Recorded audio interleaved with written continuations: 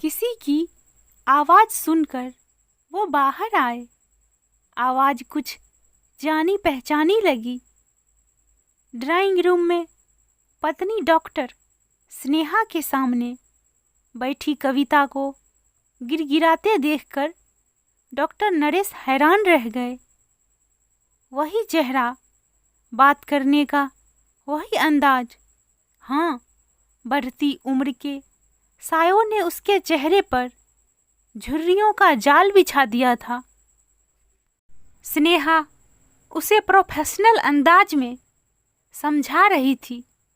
Kavita, your daughter is suffering from carcinoma. इसका मतलब क्या हुआ डॉक्टर? वेल, सीधे शब्दों में कह सकते हैं कि आपकी बेटी को ब्रेस्ट कैंसर है और उसकी राइट ब्रेस्ट का ऑपरेशन करना होगा, यानी रेडिकल मैसेक्टमी। कविता की दोनों आंखों में आंसुओं की लकीर सी उभर आई। काश यहाँ चेकअप के लिए आई ही नहीं होती। ना कोई दिक्कत थी, ना कोई शिकायत। दर्द, बुखार, थकान, कमजोरी कुछ भी तो नहीं था। रीमा को सिर्फ छोटी सी गांठ महसूस की थी उसने नहाने के बाद। Do you think doctor has diagnosed the case correctly? Kavita की रुलाई फूट पड़ी। डॉक्टर नरेश सीनियर डॉक्टर हैं, 30 साल का अनुभव है उनके पास। स्नेहा ने अपने चश्मे के भीतर से कविता को घूरा। रेडिकल मैसेक्टमी यानी राइट ब्रेस्ट को काटना, यानी एक अधूरी औरत। ये सब सोचने से पहले मैं तो ये कहूँगी कि आपकी बेटी का ऑपरेशन जल्दी से जल्दी हो जाना चाहिए। कविता के चेहरे की उदासी और आंसू देखकर स्नेहा का मन भारी हो गया। देखिए, कैंसर कोई असाध्य रोग नहीं है। हमारे हॉस्पिटल में डॉक्टर्स की बेस्ट टीम है। ये आपकी मर्जी है कि आप अपनी बेटी का ऑपरेशन कहाँ करवाएंगी। ऑपरेशन डॉक्टर नरेश ही करेंगे ना? कविता का अविश्वास उसकी आंखों में उतर आया। डॉक्टर नरेश बहुत बिजी रहते हैं। महीनों पहले उनका अपॉइंटमेंट लेना पड़ता है। फिर भी मैं कोशिश करूंगी। बिना कोई प्रतिक्रिया व्यक्त किए नरेश अपने कमरे में चले गए। ना चाहते हुए भी उन्हें अपना अतीत याद आने लगा। आखिर कसूर क्या था मेरा? यही ना कि मैं एक गायनेकोलॉजिस्ट था। एक झूठे फोन कॉल के आधार पर तुमने अपने हरे भरे दाम्पत्य की बगिया ही उजाड़ डाली। क्या कहा था उस औरत ने तुमसे? आपके पति चेकअप के वक्त खूबसूरत महिलाओं के साथ जी भर के मनमानी करते हैं।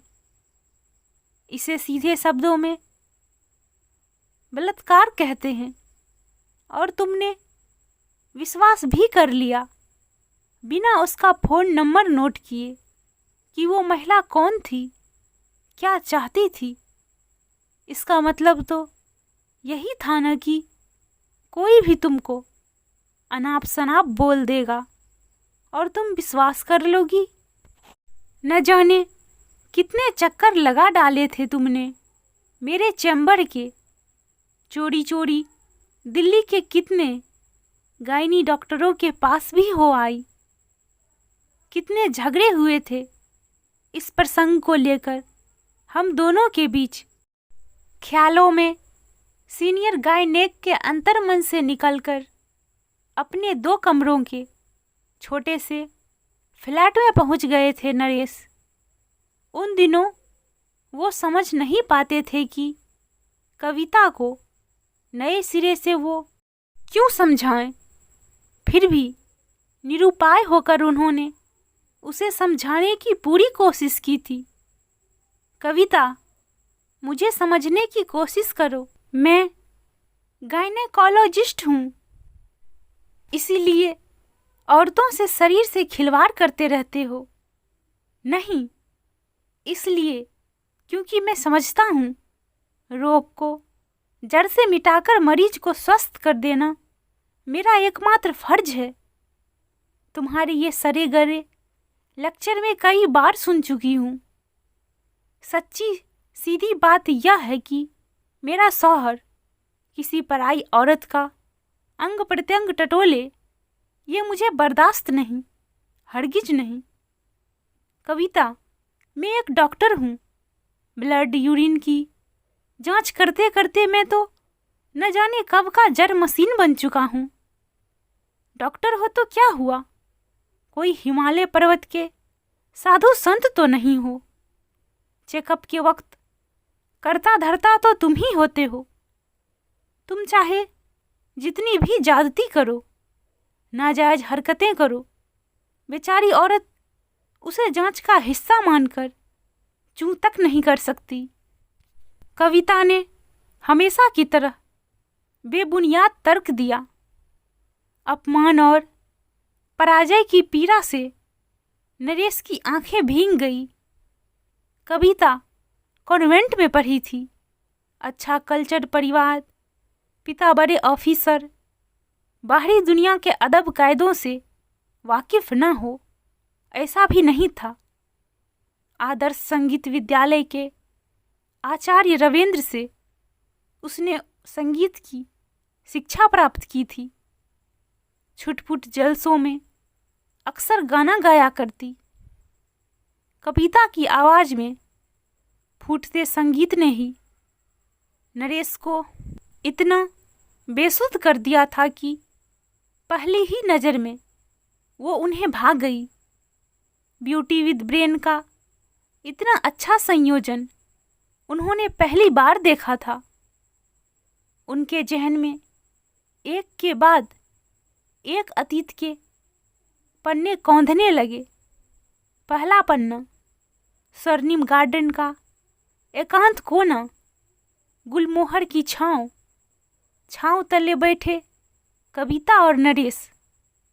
कविता के गुलाब की पंखुड़ी जैसे होठ उंगली से गुलाब की छुअन का स्पर्श करते ही वो सम्मोहन से भरने लगी। नरेश एकटक उसकी आंखों में कुछ नायाब सी चीज तलाशते रहे और रोमांचित हो जाते। इस तरह क्या देख रहे हैं आप?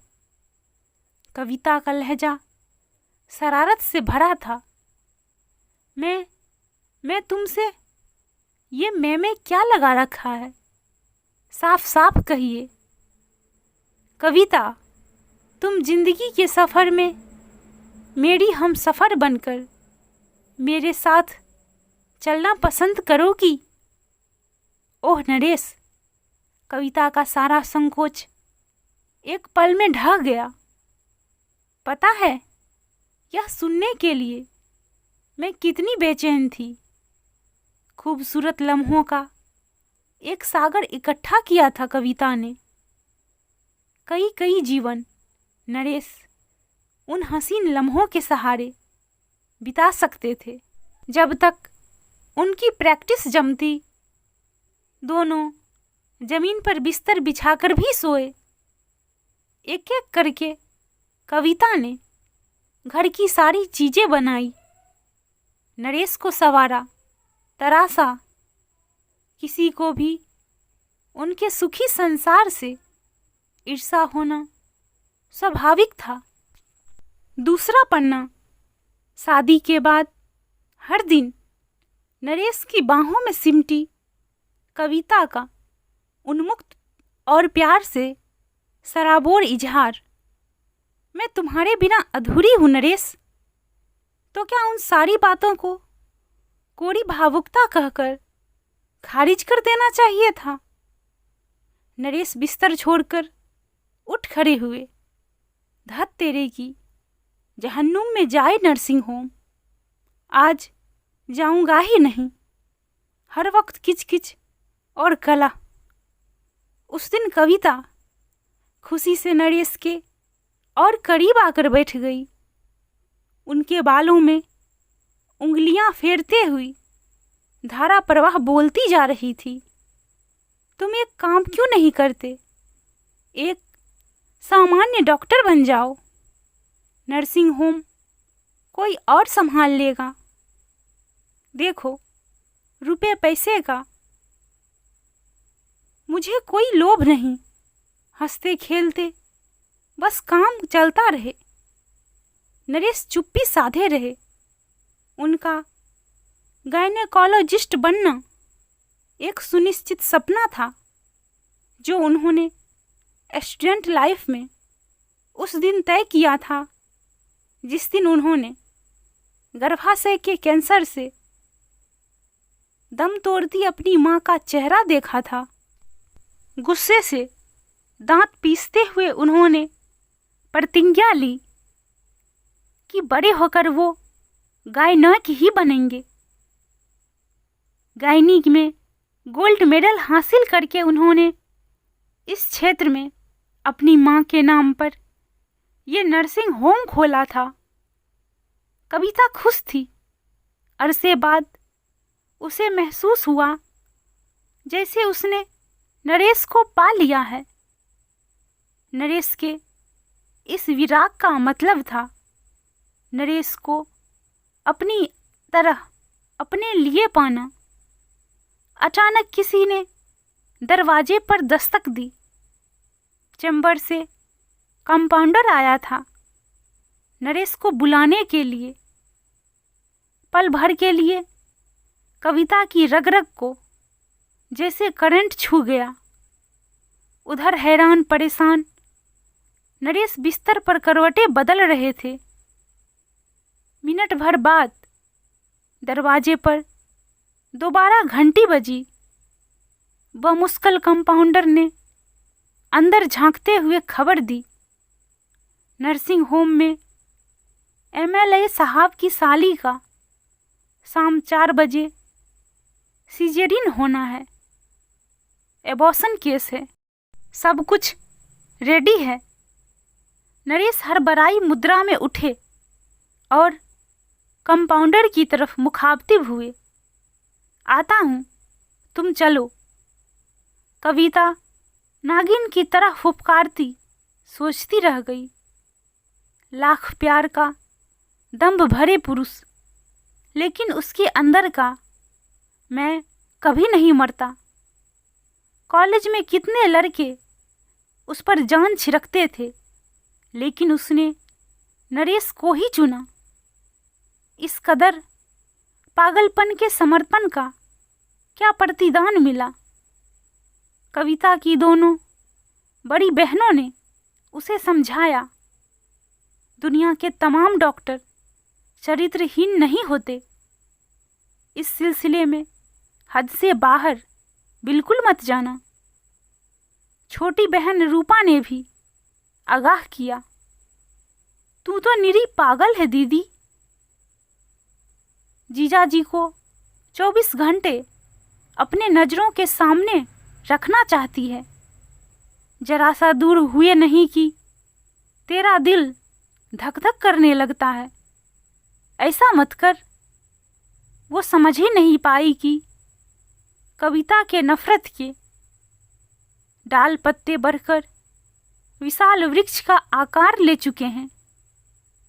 लेकिन नरेश समझ रहे थे कि कविता के भीतर एक और कविता अवतरित हो रही है, व्यवहार और प्रकृति के स्तर पर इस जानी पहचानी कविता से बिल्कुल अलग।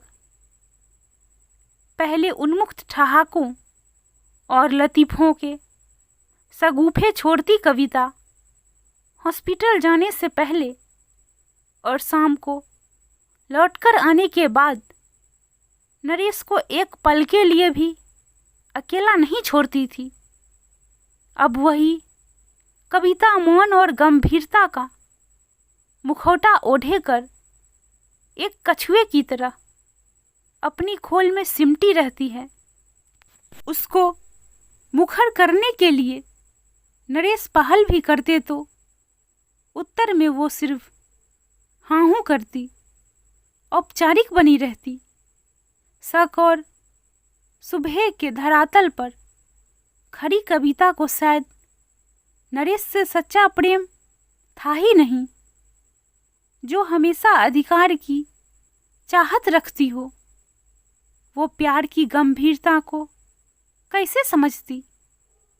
यदि समझती तो नरेश की तड़पती आत्मा पर बेरहमी से पांव रखकर जाती क्या सुनील के आगोश में।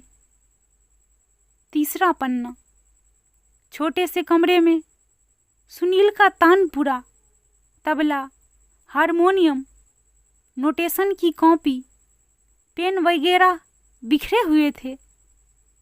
पंखे की हवा के थपेरों से कैलेंडर के पन्ने फड़फड़ा रहे थे। उड़के हुए दरवाजे पर जरा सा धक्का देते ही दरवाजा खुल गया। कविता अंदर आई तो सुनील का चौंक जाना स्वाभाविक था, जिसे हजारों खत लिखने के बावजूद पिघलाया न जा सका। उसी कविता का अचानक आगमन सुनील को विस्मय की आखिरी हद तक पहुंचा गया था। उसके सपनों का नशा अभी उतरा भी नहीं था कि रजनीगंधा के फूलों की तरह इठलाती कविता ने हंसते हंसते उसे सावधान किया। आज मैं तुमसे समझ लो भीख मांगने आई हूं। देखो, तुम मुझे लौटा नहीं सकते। सुनील ने बमुश्किल खुद को संभालते हुए पास रखी कुर्सी को झाड़ पोंछ कर कविता को बैठने के लिए आगे सरका दिया। घबराहट के मारे उसका गला सूख रहा था। उधर कविता की हालत बूंद बूंद पानी के लिए तरसती हुई काफी देर तक मानो खुद से जूझते रहने के बाद कविता के मुख से शब्द निकले, सुनील, मुझे ग्रहण करो अभी, इसी वक्त। ऐसे अवाक कर देने वाले अश्लील प्रस्ताव से सुनील की हालत ऐसी हो गई मानो किसी प्रियजन के मृत्यु संवाद ने उसे बेतरह चौंका दिया हो। उसे अपने कानों पर विश्वास ही नहीं हो रहा था। बेहद परेशान लहजे में उसने कविता को समझाने की कोशिश की। तुम्हारी तबीयत क्या ठीक नहीं है या किसी बात से चोट लगी है? जैसे कोई नागिन फुफकारती हुई फन काटकर बिल से निकल आई हो। शादी के कुछ दिनों बाद ही जब मेरा पति डॉक्टरी की आड़ में अपनी जुबान का स्वाद बदलने के लिए दूसरी औरतों के अंग से खिलवाड़ कर सकता है, तो मैं क्यों लोक लाज के डर से अपना पत्नीव्रत धर्म निभाती रहूं? उसने एक ही झटके में अपने कंधे पर पड़ा आंचल उतार कर कमर में खोस लिया। प्यार मोहब्बत सब बेकार की बातें हैं। शादी के 2-4 साल गुजरे नहीं कि मियाँ बीबी के दोनों के दिल जुबान का स्वाद बदलने लगता है। लोकलाज से बेजार अंदर ही अंदर दोनों का मन मचलने लगता है। लेकिन मैं ना पर्दे वाली हूं ना ही डरपोक, इसीलिए साफ साफ बात कहने में मेरी जुबान नहीं कांपती। तुम क्या पागल हो गई हो? सुनील ने बमुश्किल से कहा। अभी तक तो नहीं हुई, लेकिन अगर तुम अपने वादे से मुकर गए तो जरूर पागल हो जाऊंगी। आंधी तूफान के क्षणों में समूची धरती एकदम से उलट पलट जाती है। एकदम से बदहवास लेकिन फिर एक समय स्थिर भी हो जाती है। बिल्कुल इसी तरह सुनील और कविता की देह की आग भड़की और फिर बुझ भी गई। जाती हुई कविता को देखकर सुनील के सीने में हाहाकार जाग उठा, क्योंकि उसे सिर्फ यही महसूस हुआ जैसे दो कंकाल भर आपस में टकराए हों। बस इतना ही। अब ये रोज का किस्सा बन गया था। विश्वासघाती कविता के चेहरे को नरेश ने अपने बराबर में खड़ा किया और खुद को कई दिनों तक समझाया। दिनों से महीनों तक, महीनों से 2 साल तक। माथे की नसें चिनचिना उठती, जबड़े एकदम कस जाते। एक अघोषित शीत युद्ध छिड़ गया था दोनों के बीच, जिसका कोई अंत नहीं था। युवा चेहरा न जाने कब प्रौढ़ बन गया। बस सोचना और चुप रहना। मन करता कुछ भयंकर कर डाले।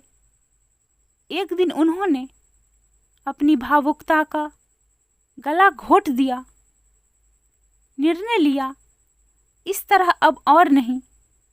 आज़ाद कर दिया उन्होंने कविता को और खुद को झोंक दिया किताबों में। मरीजों को दे दी अपनी आहुति। कविता भी अपने 2 साल के दाम्पत्य जीवन को अलविदा कहकर खुश थी। नरेश के सच्चे प्यार की कब्रगाह पर अपने सुखों का संसार बनाने वाली कविता का महल आखिर कितने दिनों तक टिका रह सकता था।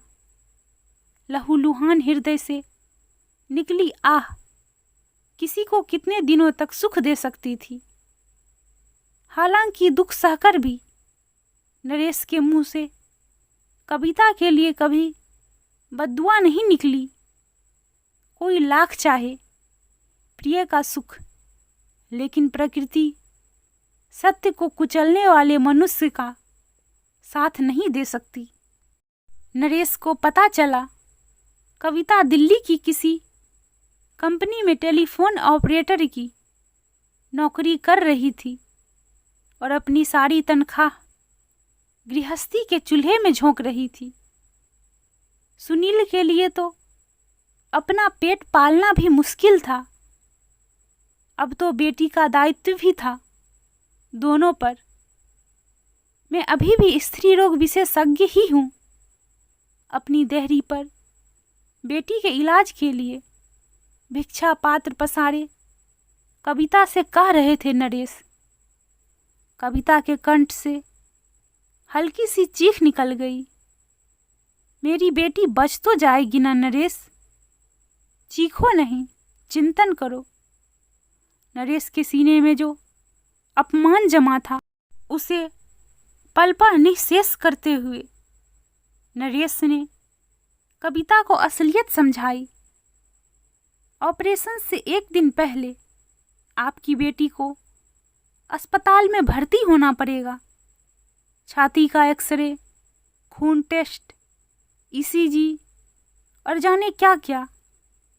डॉक्टर पहले लंप को निकालकर कोल्ड सेक्शन टेस्ट करेंगे। इसके लिए उन्हें तुम्हारी बेटी को छूना पड़ेगा।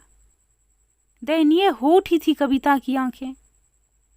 45 मिनट तक तुम्हारी बेटी हम डॉक्टर्स के साथ रहेगी। अगर नोट्स इन्वॉल्व हुए तो मेजर ऑपरेशन होगा। उसके बाद रेडियोथेरेपी, कीमोथेरेपी करवानी पड़ेगी। इस दौरान मैं ही नहीं, कई अन्य डॉक्टर भी तुम्हारी बेटी के शरीर को छुएंगे। कविता के दोनों हाथ अपने आप नरेश की हथेलियों में आ गए। आंखें नरेश की भी नम हो आई। मुझे और शर्मिंदा मत करो नरेश। मैं जान चुकी हूँ कि प्रेम देह का नाम नहीं होता। प्रेम के लिए ईमानदारी भी होनी चाहिए। प्रेम विश्वास का नाम होता है। अपने प्रिय की खुशी के लिए अपनी इच्छाओं का गला घोटना, अपने अरमानों का गला घोटना, सार्थक दाम्पत्य की परिभाषा भी यही है। नरेश की निस्तेज निगाहें शून्य में कहीं दूर कुछ खोज रही थी। कोल्ड सेक्शन पॉजिटिव जीवन भर यही सिखाया गया था कि पॉजिटिव होना कितनी अच्छी बात है, परंतु आज का टेस्ट पॉजिटिव होने का अर्थ कितना भयानक था। चिर परिचित नर्सिंग होम, गायनी विभाग का ओटी के भीतर सिहरा देने वाली खामोशी का कुहरा लपेटे अष्टावक्रीय टेबल पर पड़ी कविता की बेटी का देह। 3 घंटे के ऑपरेशन के बाद उसकी बेटी को रिकवरी रूम में लाया गया। ऑपरेशन सफल हुआ था। बाहर बैठी कविता के चेहरे पर चिंता साफ दिखाई दे रही थी। मन थोड़ा स्थिर हुआ तो नरेश कविता को अपने साथ ले गए। एक ट्रे में मांस का लोथरा रक्त से सना पड़ा था। कविता को एक तेज सी उबकाई आई। वो चक्कर खा के वहीं बैठ गई। एक बेबस सा सवाल नरेश की ओर झांके जा रहा था। नरेश, एक एहसान और कर दो मुझ पर। किसी से भी मेरी बेटी की बीमारी और ऑपरेशन के बारे में मत कहना। लोग अजीब सी निगाहों से घूरेंगे उसे। लड़की है, तुम समझ रहे हो ना। नरेश के अंतस मन में शून्यता का भयावह हाहाकार उठा। कविता के शब्द उसके दिल में कई कई धब्बे अंकित कर गए। वृद्ध आंखों की धरती पर घनघोर बारिश के बादल उमड़ आए। कविता को आश्वस्त करके उनके कदम फिर से अपने केबिन की ओर मुड़ गए। कहानी पसंद आए तो please subscribe, share and like.